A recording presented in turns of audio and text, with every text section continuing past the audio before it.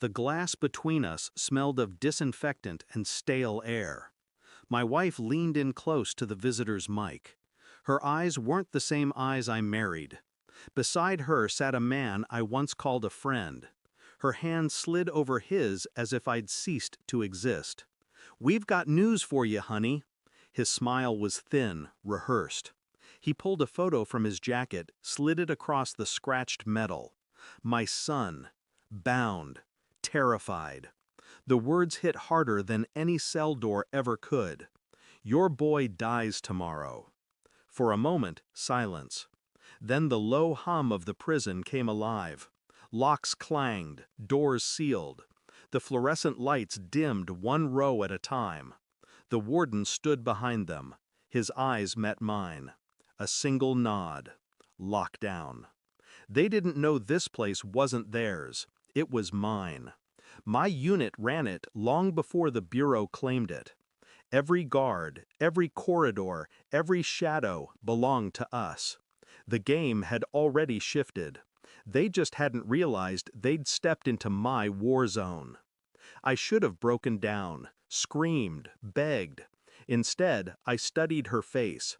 The woman who once whispered loyalty into my ear now glowed beside the man who had ruined me. Her betrayal wasn't sudden. It had been growing, patient, and deliberate. I replayed the moments I ignored. The late-night calls she silenced. The sudden absences explained with half-truths. The way she looked at me during trial. Empty, like the verdict was something she'd already memorized. He set me up. She let him. Together, they fed me to this place. What twisted the knife deeper wasn't the cell or the sentence. It was knowing my son had been reduced to a pawn in their game. But pawns can be moved, sacrificed, and sometimes used to topple kings. I played the part of the caged man, quiet, docile, defeated. Inside, every second became a calculation. I memorized their rhythm, when they visited, what they said, what they didn't say. The boyfriend loved to taunt me, a wolf savoring a kill he thought permanent. She laughed sometimes, though her eyes flinched when mine locked onto hers. I reached out through channels they could never see. Guards who owed me, inmates who still carried debts from wars that never made the news. Pieces shifted, evidence surfaced, phone records traced back to her, financial transfers linking his hands to blood money, documents forged with her signature. I didn't raise my voice, didn't confront. I built a case in silence, stone by stone. Because truth doesn't need a weapon. Truth is the weapon. The folder sat heavy in my lap. Pages that stripped every illusion bare. DNA confirmed it. My son was mine. Their lie had been meant to break me, to turn love into ash. When they returned, I didn't speak at first. I slid the folder across the table, the way he once slid that photograph. He laughed, she frowned. Then they opened it. Her face drained, lips parting in disbelief. His smirk collapsed into silence. "You framed me," I said, my tone flat, controlled. "But you made one mistake." I leaned in. "You underestimated the man you buried." The warden entered. Guards closed in behind them, not around me, but around them.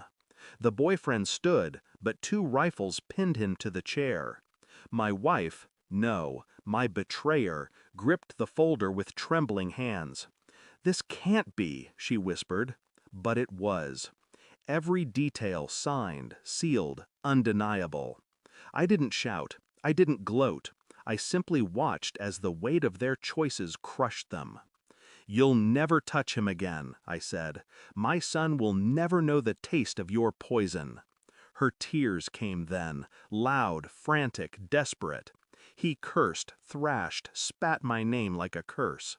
I stayed calm, detached, because their destruction wasn't an explosion. It was a slow drowning, and I was the tide. When the cell doors closed behind them, I walked back into the yard. The air smelled of rust, smoke, and inevitability. I should have felt rage, triumph, even sorrow. Instead, I felt nothing. They thought prison broke me. They thought betrayal hollowed me. But betrayal doesn't hollow. It hardens. It clarifies. It strips away illusion until only the truth remains. And the truth was simple. I was framed, caged, betrayed. Yet I was still standing. They were the ones who couldn't breathe anymore. And my final thought as the lights dimmed was cold, clean, and absolute. They locked me in to bury me. But all they did was lock themselves in with me. Thanks for watching. Don't forget to like, share, and comment. Subscribe now to Cheating Stories Insight World for more amazing stories.